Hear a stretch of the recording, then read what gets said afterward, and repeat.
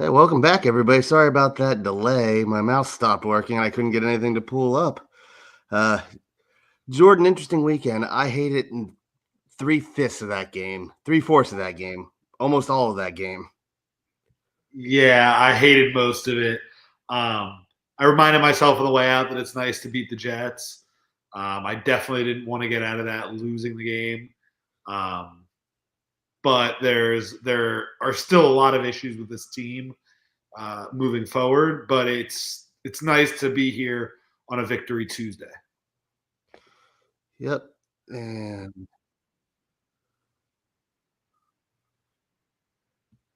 yep. Uh, Hold on, as I got something open and I can hear us talking, so I'm going to close that. Um, yeah, like I said, division games are always tough, like you said. I felt we made it unnecessarily tougher on ourselves.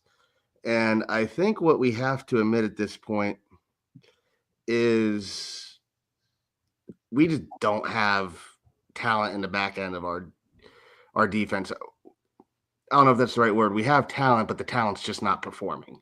And unless your name is Jordan Brooks, everybody else on that defense is just making mistake after mistake.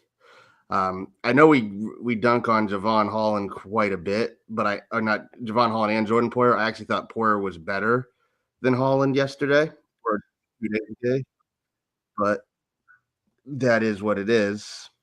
Yeah, Uh, I think when you're looking at the defense, um, you mentioned a couple times that you think it's more of a personnel issue. Um, I just think that on every play, there's a little something missing. And credit to the Jets, they did a lot of things right on Sunday. And Aaron Rodgers seemingly turned back the clock a little bit.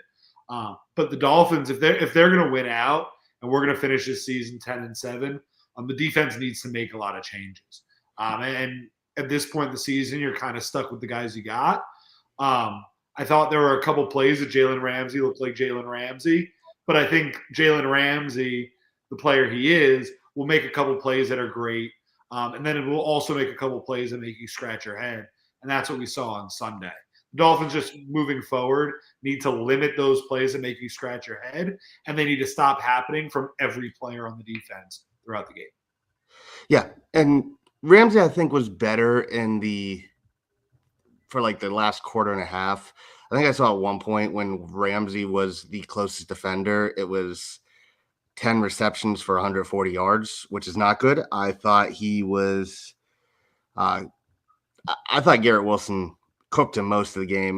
There was the one um, out and up that Wilson ran in the second half that Ramsey did get destroyed. Fourth down play in the first half where they were cut where he was coming in the slot, and it wasn't good. But at the end of the game, he did what you needed to do. Cater Kohu has been an interesting season for him. He was really bad the first month, then I think he was good for about a month. He got hurt. He's had two really rough games in the last couple weeks. Some missed tackles, but also the communication from him is just poor. Some of the big plays given up were things like Ramsey switching off with him and Kohu not switching, or Ramsey telling him, "Hey, be prepared for this scenario. We got to switch. We've got to switch," and just bad, very bad communication. And there were a couple drives I looked and I was like, I don't like the scheme Anthony Weaver's doing, but I think at that point he just realized the communication was so bad in the back end. You just have to play soft and give the defenders a chance to just make a play in front of them, even if they were way too far off of the receivers. That's where I think for the first time really all season I saw Weaver kind of admit defeat with some of the play calling on defense. Yeah, it was a little bit of a bend don't break, and like you said, at some points towards the end of the game, the defense did what they were supposed to do.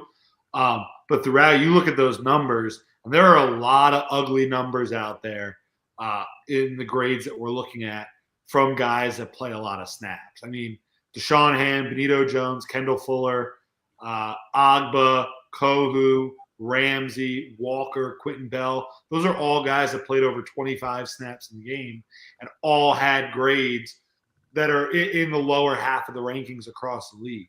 And you just can't do that on a consistent basis and win. This was a game, like we've kind of said for the last couple of weeks, Tua is the best player on this team.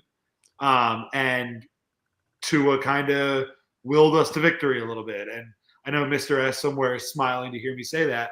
But it's the truth. Tua played great. Waddle played great. I thought Tyreek stepped up in big moments. Jonnu had the great overtime. And you have to just thank the offense and hope a lot like you see with a lot of college football teams across the years. The offense just kind of has to will us to victory the rest of the way if we're going to win the next couple weeks. Yep. Speaking of the offense, I was not overly impressed with the play calling most of this game. I thought Mike McDaniel went back to some of his bad habits from the beginning of the season. Took us way too long to get Jonnu Smith involved. As we saw, we get him involved. We tried him once before overtime, and then he's the reason we won the game in overtime. Speaking of Jonnu Smith, he also just needs 8 yards, I believe, to surpass Randy McMichael's team record for receiving yards for a tight end in the season. I thought it was 102. I thought it was. I wrong? It was 8. It might be, but I thought I saw updated stats. Either way, he's going to break the record. I thought we did too many outside runs, too many crack sweeps. We just don't have – Kendall Lamb had a very good game in pass protection. I didn't think he was good in run protection again, though he graded it really well per PFF. It's funny because you talked about the too many crack sweeps. The play that we run where Tua turns one way and then flips it back the opposite way.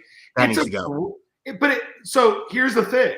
I like it once or twice a week in situations.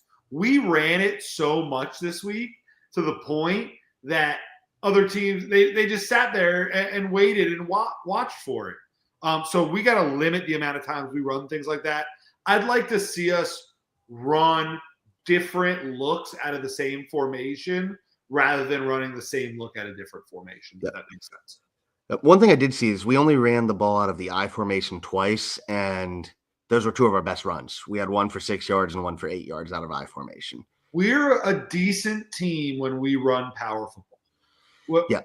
We're more successful doing that than when we try the cute gimmicky stuff. Yeah. And to go along with that, it's just we're just asking. We just don't. I will still say this: the offensive line has regressed to I think what the mean, maybe above the mean of what people were expecting. I'm not going to say they've been good the last month or so, especially in the run game, but they're still performing better than I'd expect. But with what Mike McDaniel wants to do in the run game, we just don't have the guards for it. Robert Jones, when he's back, Isaiah Wynn's got to come in and play. Yeah, I don't know who. It's funny because I think Robert Jones is having a better year than Ike, but Robert Jones cannot get to the second level. He's useless on the second level, so you're limiting some of your play calling by keeping Robert Jones in the lineup. Ike can do more, but he's going to get blown up more. So that's one of the things where it's like, do you go with the consistency or do you go with the potential to get more out of the playbook? I think at this point in the season, you probably go with the consistency. Which is what you think of, but it's like at the same time, it's like that's the only thing with Robert Jones is I think you can make work with him, but I do think you do have to bring Isaiah Wynn at some point. Patrick Paul was on the game because Armstead was not 100%, couldn't go. He didn't grade well for PFF, which was surprising because I really didn't notice much negative from Paul. I thought a couple times there were 1 or 2 plays, and I don't remember exactly, where Patrick Paul was in a position that if he was kind of out of the way, we would have had a much bigger run than we had. But other than that, and those are nitpicky things, I thought he played very well. And I actually thought that if Armstead is out or doesn't play for the next couple weeks, I'm a little interested to see how Patrick Paul looks in a starting role. Yep.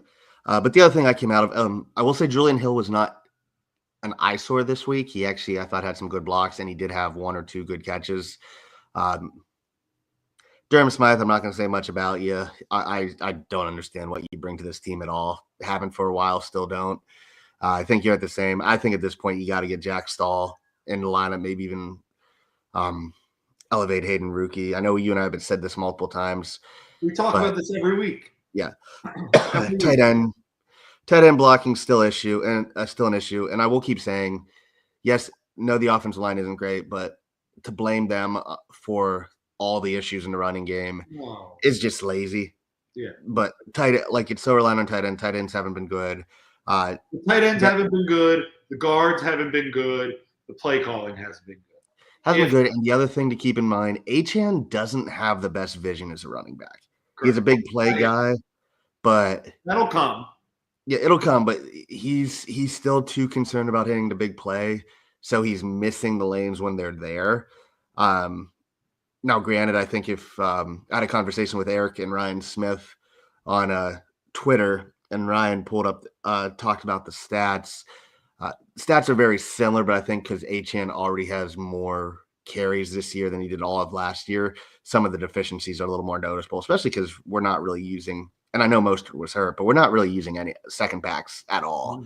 And this is a complaint I've had for a while. I think the running back rotation's been pretty poor this second half of the season. Yeah, and I think even with all those things considered, I think the area that Achane has really exploded, which is something you and I talked about earlier in the season, is in the receiving game. I think if we go back, one of my bold predictions of the season was that he was going to be our third leading receiver. I think that was one of ours. And it's I think to this point, I think he's our leading receiver. So look at that. I mean, and as he should be, it looks like Tyreek has more catches and yards. It looks like he's fourth in yards. It looks like he's second in catches. Gotcha. Okay. I knew it's crazy how evenly we distribute the ball. Tyreek, Waddle, Jonnu, and Achane are all essentially within 10 catches of each other. Mostert and Julian Hill have the same exact amount of catches. Ingold and Odell have the same exact amount of catches. And I don't know if you noticed or if it was talked about, at halftime of the game, do you notice that Tyreek and Jalen Waddle had the exact same stat line? They both had 5 catches for 61 yards. I didn't notice that, but I don't know if you heard you mentioning how we distribute it. At the beginning of the game, they were saying they talked to Tua, and Tua actually, I think this is the first time he actually admitted where he's like, yeah, he said him, but he basically said I was too focused on getting Tyreek his numbers, breaking the record, and I think the offense suffered at the end of the season. I think you and I have talked about that for over a year, but I think that was the first time I've really heard him admit it. And yeah, the big plays also saw we're last in terms of big plays this year, but I actually think the offense looks fine. Like, I have no issues. I wish we would have gotten Jonnu Smith more involved rather than waiting till overtime, but yeah, I think there are still things you can look at as far as situational stuff that you can question about Mike McDaniel.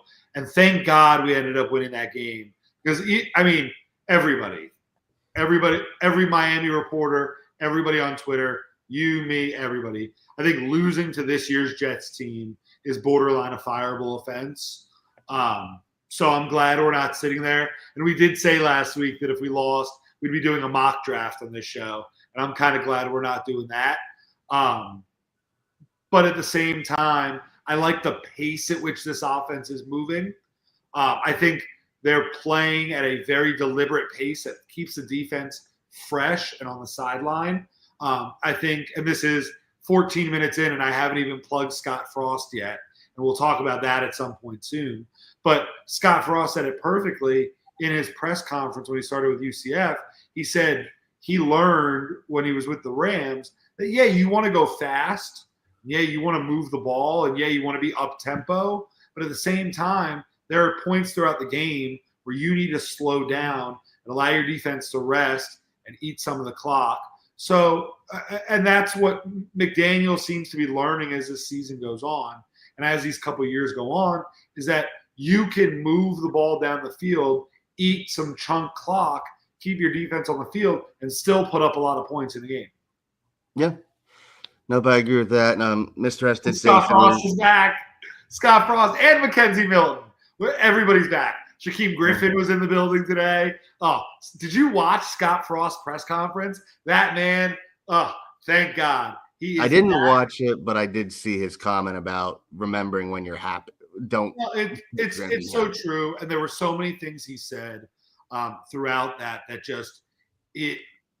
And the thing that sticks out to me is I love when you see a coach that loves the place that he's at and can really. It's not another stepping stone. Frost had his stepping stone. He turned down the Florida job. He said that for him it was two places. It was Nebraska or UCF, and I don't think there were many other places that would have made him leave outside of Nebraska. I'm very interested to see, and it's something you and I will talk about. And I think what will be a key thing for this hire is who he names as his offensive and defensive coordinators. I think that those are really big hires. It looks like a couple of the coaches, a couple of the assistants, Sean Beckton and Cam Martin are staying on. They're the recruiting guys, and they're really good coaches. Sean Beckton coming back to the program. He was an analyst last year. Bringing in Mackenzie Milton is going to help a lot in that quarterback room. And I think that Scott Frost is look, Arizona State is in the playoff with a bye right now. Or I'm sorry, they're in the playoff. They have a bye. Yeah, they're the 4 seed. So they're in the playoff with a bye right now. So UCF was up late at Arizona State, which could have changed the whole season. So the Big 12 is so even. The Big 12 from top to bottom is so close together that I wouldn't be surprised if UCF is competing for a Big 12 title next year. But also I think UCF fans are excited and are willing to be patient. And I think that they're going to allow this thing to grow with a guy who loves the school. Yeah. Hopefully it works out. I have my doubts just because, you never go back to your ex. They always say that.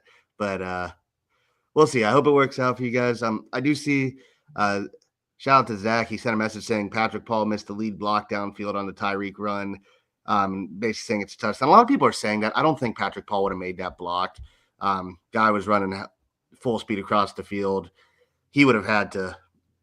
The guy changed direction on him too. That would have been a tough ask for anybody. I just want to say one thing really quick. Mr. S below said no UCF talk. And last week he told me that I get 10 to 15 minutes. I looked at the clock. I took about 3 minutes max. I took 3 minutes max, and I talked really fast. If somebody's listening at 1.4, 1.5 speed, there's no way they could have understood what I said right there. So I do want to apologize to our chat too. I was having some tech issues, so I couldn't pull up some of the comments. What happened to Mostert? He's been hurt. He's had a couple injuries, which is last year was the rare healthy Mostert, but we took after his fumbles against Arizona and Buffalo, he's kind of fallen out of the rotation. Yeah, that was something we talked about week 1 that he even looked a little slowed down.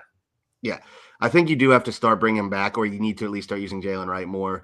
Because again, I love HN. He's a big play threat, but he's got weaknesses as a runner. And when you need him to, if you need him to be the bell cow, which we're trying to make him, it's just not going to work. And they're like some of the issues in the run game is just he's getting hit. Last year, he was getting hit 5 yards down the field. This year, he's getting hit 2 yards down the field.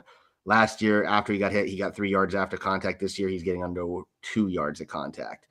Some of that is unblocking, obviously, but game state matters. He's getting in the game at different times than he was last year, and he's just not getting the space he had last year. So they do have to change that up. Is Chubb back this week? He's practicing. I don't know if he's back yet. What do you think? I think he's still a week away. If he's ready to play and he can go, this is a really important game we have coming up at Houston. So if he can go, you play him. But I still think he's about a week away. Okay. Going through. Larry, we need a back 7 overhaul outside of Ramsey and Brooks. I think if Kendall Fuller is healthy, I think he's been better than bad. Yeah, I think Kendall Fuller comes back. Anthony Walker, if he's back, he was bad on Sunday, but I think that's more he was not healthy because he even came out of the game. But he looked off, and yes, he missed the week before with the hamstring. we need at least one more good tackler. I think you need at least one safety, and you need an upgrade over Cater in the slot. But it doesn't seem like you can get more talent in other positions too. But I think just getting one more safety and an upgrade in the slot significantly changes how the defense looks. Yeah, no doubt. I think that I know that you're ready to ship Holland off, but I said last week that I think if you add a really good safety that you could put next to Javon Holland, that alone, you'll see a big increase in the play of this secondary. I've made it clear. I think Jordan Poyer was sent undercover by the Bills. He's a co-op, and I think that this is the last time I'm going after longtime Jet, Patriots, or Bills. Yeah, if we would have lost that game, which it looked like we were for most of it, I had such a rant ready for the safety play. I'm glad I don't have to do. Speaking of, shout out to Malik Washington, whose return gave us a chance. Well, first of all, shout out to the Jets for throwing on third down when we had no timeouts, and not only throwing on third down, but getting pushed out of bounds. Yeah, that's what I was getting at. So saves us time. They win if they don't do that. Yes. Well, I think they win. I think we could have. I think we still would have had enough time for Tua to get us into. No, I think there was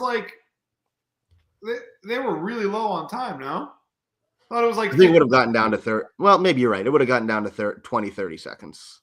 I'm pretty sure. So yeah, fair enough. But shout out to Washington. I thought there would have been 13 seconds. I thought they were at 53 when he went out of bounds, something like that. I think you might have been right, actually, honestly. So you run the ball, you take it all the way down, you kick with 10 seconds left, the game would have been over.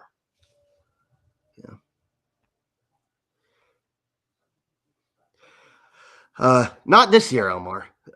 Normally, I do agree with Omar's point. Yeah, and he doesn't even have to be our worst safety. I would be fine drafting somebody in, let's say, the second round or so. That's, I think, prime position to get one of the top couple safeties in the draft.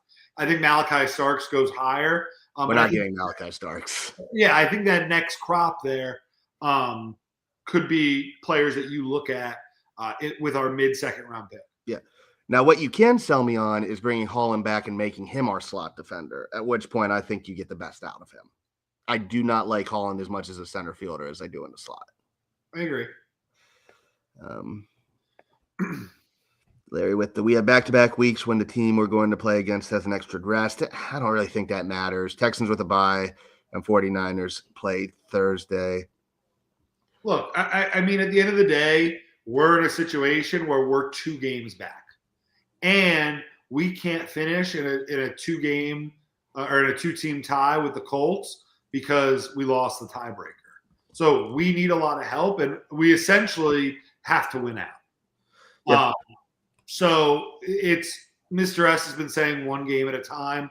We'll talk about the 49ers game when we get there, but we have a really, really tough matchup with the Texans this week. And yes, they haven't been playing as well as of late, but they're still 8-5. They're still a playoff team, and they're still a very, very dangerous football team. Yep. Zach just sends a message. As stupid as it sounds, the coaches are out here making Madden-level game management mistakes. Yeah, coaching has been really bad this year in the NFL. As a whole, we complain about McDaniels. He's one of the few coaches that's actually improved as the year's gone on. I said Carolina would make the playoffs. They aren't, but they almost beat 2 of the best teams record-wise in the NFL in back-to-back weeks. They should have beaten the Eagles, but Xavier Legette dropped a touchdown with 40 seconds left. I have a fun question for you. Okay. Who do you think is better? Okay. CJ Stroud or Aaron Rodgers right now? You'd think Stroud, but Stroud I don't know if it's fair to say regress, but I don't think he's taken the step people expected him to take. And he doesn't look the same without Nico Collins. I would still probably say Stroud, but okay. Stroud or Jordan Love?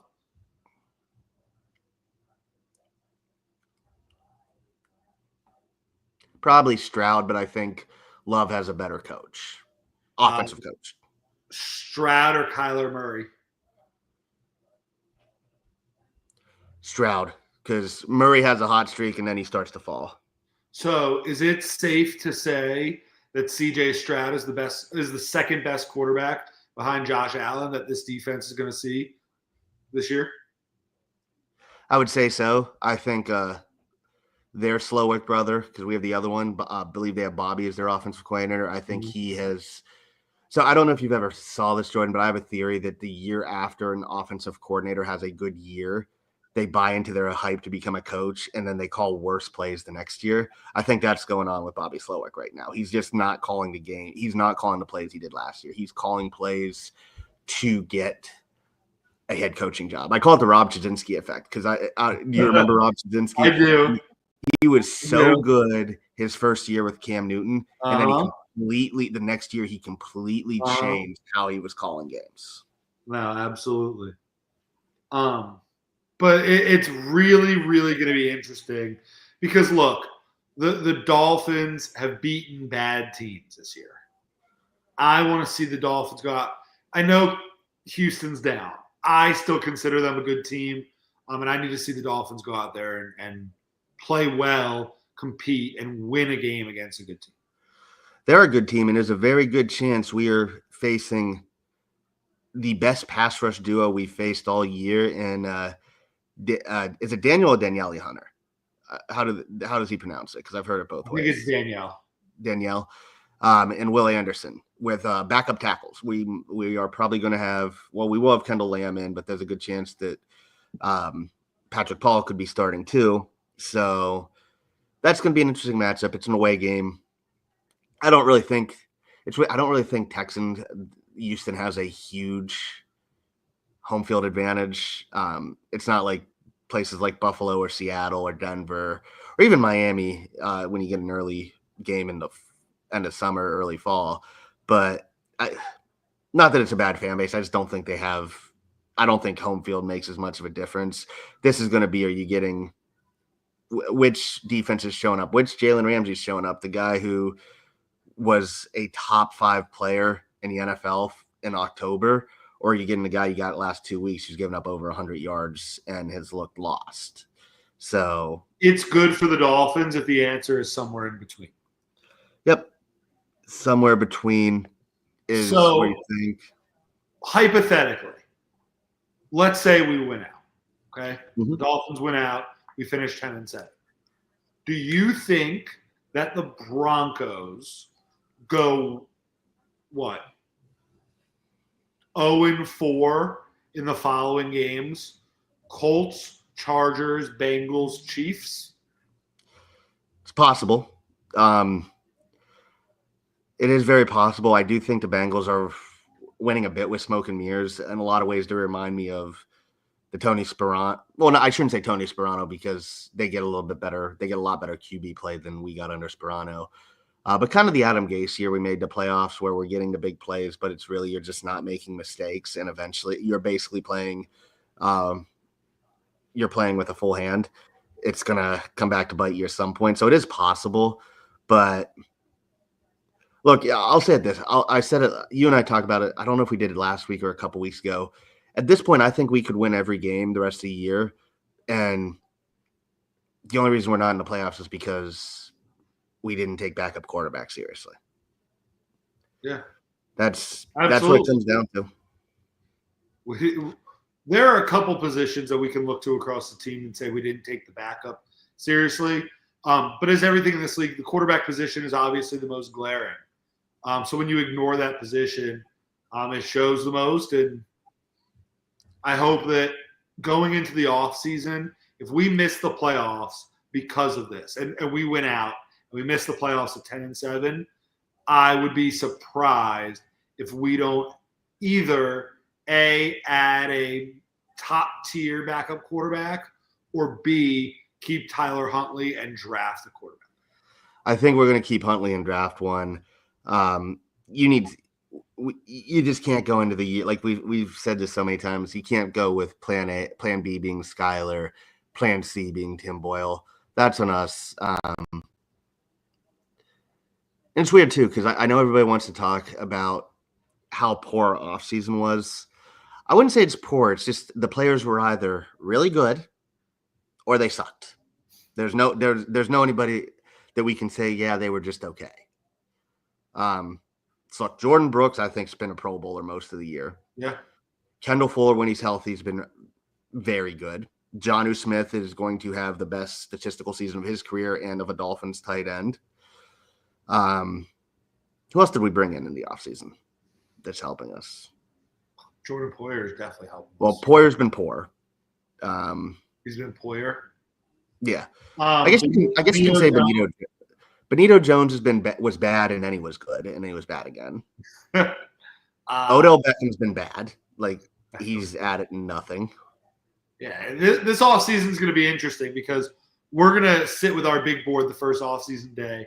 There are going to be a lot of holes that we need to fill on this team, and we're not going to have a ton of resources to do it. I think, again, now this is going to piss off you and piss off Mr. S.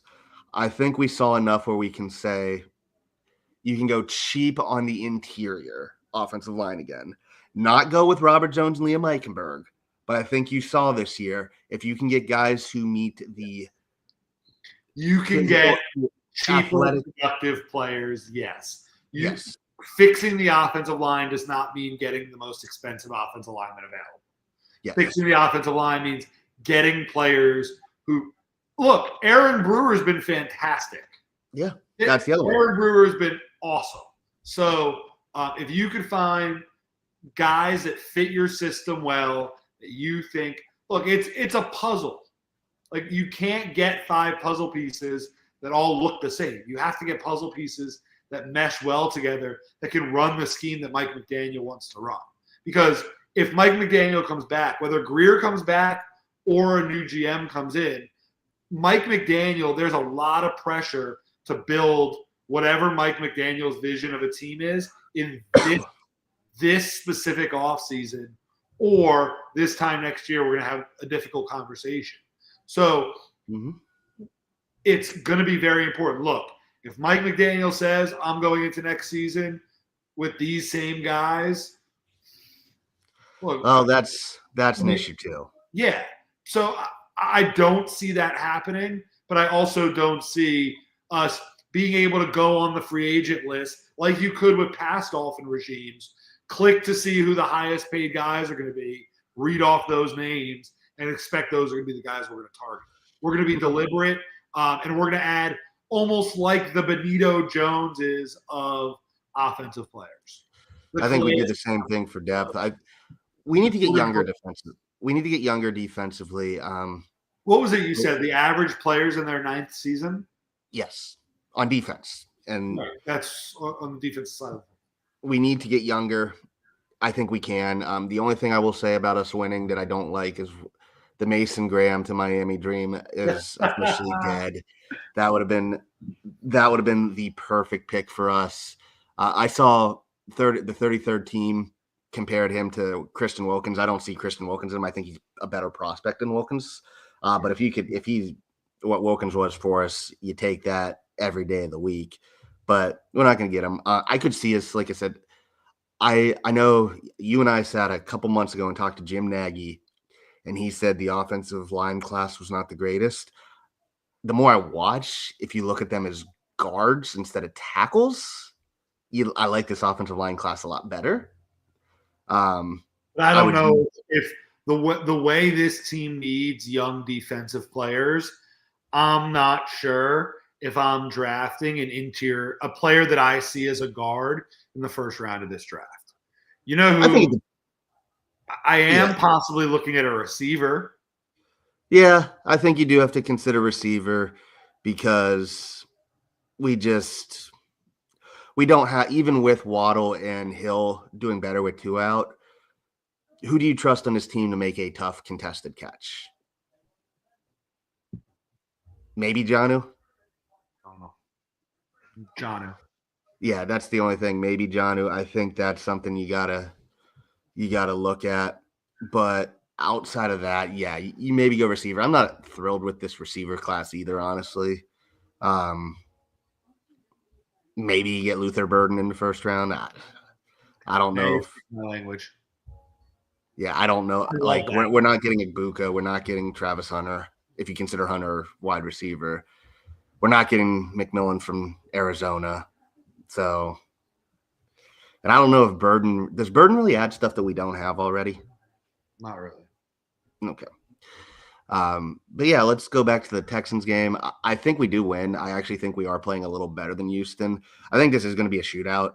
I actually think this is the game where you're going to end up getting pissed off at our offensive line, just because I don't think we have. I think the depth is going to be tested against this defense. Um, I'm not going to lie; those edges against our tackles does kind of scare me. But my matchup is going to be Nico Collins versus Jalen Ramsey. Although I kind of have a feeling we might do what we did this past weekend and have Ramsey on what would it be? Tank Dell is the number Yeah. two. I think Tank you might Dell. do that. Yeah. But now that I think about it, the other matchup that scares me to death is Mechie versus Cater Kohu. Yeah. That is going That to be scares one. me. Every week we say whoever the matchup is against Cater who scares us. The matchup that I'm really looking at and that I'm really worried about is Joe Mixon against our run defense. The Texans have shown to be successful in games where they pound the rock, and I could see Joe Mixon really, really going after our defense. Them running the ball 25 to 30 times, controlling the clock, keeping Tua off the field, and really giving us fits. Yeah. And I'm going to Brad, pick. let me go back really quickly to the draft, and then I'll let you continue with the Texans. One name that I've been seeing pop up a lot lately that I want to give as a sleeper pick for the Dolphins in the first round is Siobhan Revel, the corner from East Carolina, 6'3", 195, long corner. I think that a long cornerback on the other side of Jalen Ramsey, a 6'3" guy could be helpful on the other side of that defense. So that's the sleeper name I'll give you right now. He is a top 10 pick. Of course, I don't know how Dolphin fans are going to react to you picking a guy who's been hurt all year with a torn Achilles. Chris Greer special. Yeah. Yeah. So he's definitely, as our buddy Danny would say, he's definitely a Dolphin because he's hurt. But when you look at guys every year that he is someone I would take, though. You're supposed to be a top 10 guy. You're picking 15, 16, 17, 18. That guy falls because of the injury. Every year, the team that takes that guy looks back and is happy they did. It reminds me of the Titans with Jeffrey Simmons is the perfect example for me. Yeah. He is definitely one that if he's there, I know there's a couple people in our Discord who wanted us to take the Toledo corner Mitchell, and I said there's no way we were taking Mitchell a corner last year in the first round. We definitely got to take. It's definitely a possibility this year. So, or Eagles with Jalen Carter, as Zach says, but yeah, that is definitely one you got to consider. I'm still looking at D tackle because I think there's some really good ones. The Kentucky kid Walker, or you got Walter Nolan from Texas A&M. Big fans of both of them. Yeah, and I think there's a couple other guys, but then you have a couple interior linemen I like, but I think the offensive line you kind of have to deep dive into a bit. And we will. But Brett, let me fill in the blank for me, okay? The Miami Dolphins win if versus the Texans. Yes, the Miami Dolphins win Sunday if. Is it a cop out to say if we score more points? Yes, it's a cop out. Okay. We win if we hold the Texans to under 4 yards a carry. I thought you were going to say if we hold the Texans to less than we score. No, I think like you said, if we can make them one-dimensional, if we can take away the run game, which at times we can do, just the tackling has been non-existent the last 2 weeks. So if we can get back to being decent tacklers and get CJ Stroud, it's funny to say this because he was so good last year, but if we get Stroud passing or just looking to pass, I think we win because that plays into our games because then it allows Chop and Sealer to get after the quarterback. So that's what I'll say. If we hold them to under 4 yards a carry, we win. I'm going to say the Miami Dolphins win if Tua is a hero. I think that the defense is going to give up points. I think the Texans offense coming off of a bye, there's a lot of pressure on them towards the end of this season to get things right before the playoffs. They're not in danger really of losing their division lead, but there is pressure a little bit, I think, on that team to win a first round playoff game. Yep. So I think we're going to get a really good shot from the Texans. So I think in order to win, Tua is going to be a hero. Yep. And speaking of Tua, I don't know if you saw this stat. He is the first quarterback, I believe, I saw in NFL history to have over 40 pass attempts, over 300 yards in 3 games and not throw an interception. I mean, he's playing out of his mind right now. Yeah. He's playing out of his mind. There is nothing, not a bad thing we can say about the way he's playing right now. He's playing at an elite level. We're just not an elite team right now. And I think that if he can keep this going towards the end of the year and through the last game of the season, there's going to be a lot of confidence going into next year. So it's very exciting to see. Yep. And just for score prediction, I'm actually going to say I think it's going to be high scoring. I think it's going to be 38-31 Dolphins. I'm going to go I'm going to go 35-34 Texans. Okay. And real quick, Jordan, because it is the first round of the 12-team playoffs, it's still a week away. I was going to ask you for predictions for the first round, but I was going to actually say let's hold off on that. Just looking at the lineups for the playoff, and then we can call this episode a success and come to an end. What takeaways did you have from the playoff rank in the brackets? I think that the whole Alabama argument of we're not going to schedule tough out of conference schedules, I think that that's a dumb argument. Well, they didn't do it anyway. Yeah, that was silly to me. I'm not sure if SMU played Alabama, what the final score would be. But to me, the playoffs aren't simply about putting the 12 most talented teams in it. It's not American Idol. These judges shouldn't be judging based off of who they think would win a beauty pageant. I think that it should be the 12 teams with the best resumes that deserve to get in. And I kind of think they did that this year. I'd agree. Except for Clemson, who just won their division conference. Personally, I would like to see the playoff expanded a little bit more. I'd like to see a little bit more than 12. I don't know if that number is 16. I saw something today that was interesting. That was 16, and the top 4 teams in the country get a double bye. The next 4 get a single bye, and then the next 8 play in the first round. I think that's something to explore. But I definitely think that we're headed. I think 12 is better than 4. Yes. I think 100%, without a doubt, this year is better than last year. Yeah, I'd agree. I would also say my argument for Bama, you lost 3 games and you didn't win your conference. You have no argument. Correct. Sorry. Correct. Can't say that. I honestly think Miami has a bigger argument to be being left out than Bama does, just because. Yeah, but Miami couldn't. They couldn't stop anybody. They couldn't stop anybody, and you couldn't put them in over a team that made their own conference's championship.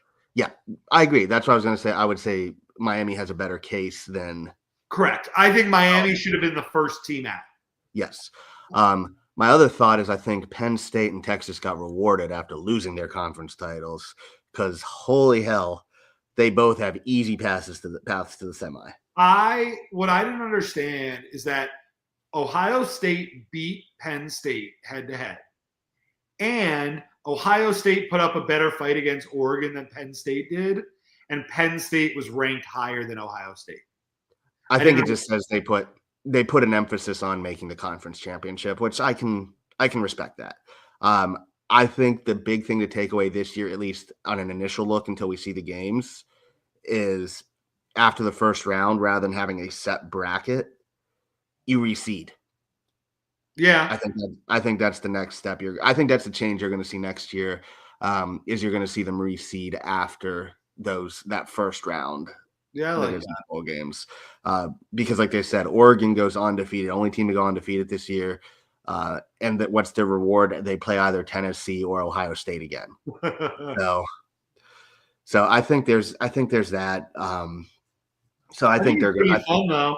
I love football playoffs, and I think that the college playoffs, especially next week in home stadiums, I think that Indiana Notre Dame game is a really fun game that we'll get to talk about next week. And I think that it's going to next week more so to me than even the following weeks. I think next week is going to be the week that we look at as college football fans and say, wow, that was a lot of fun. Yep. So with that, I think we'll end next week. Not only will we talk about the playoffs, not only will we review the Texans game and preview the Niners game, I think we'll actually take a deep dive into the coaching carousel for college, because it's almost complete. And it'll be interesting. Is back. Well, not yet, not officially. I thought it was official. I thought it's just about done. He submitted his proposal. I will say, after this, go on to X and look at what he's requesting, and I'm going to say it is probably not done yet, because he's for a school in North Carolina. He's asking for a lot there. So, yeah, I'm not even talking money, just talking support staff. But we'll take a look into all that. But thank you all for joining us again. I'm Brett. That's Jordan going that way. I have to use the right hand. I just want to say before we get off that me picking the Texans before was a bit because I keep picking us to lose and we win games. So I picked the Texans as a bit. Go Dolphins. Okay. Go Dolphins, guys, and we will see y'all next week. Have a good night, guys.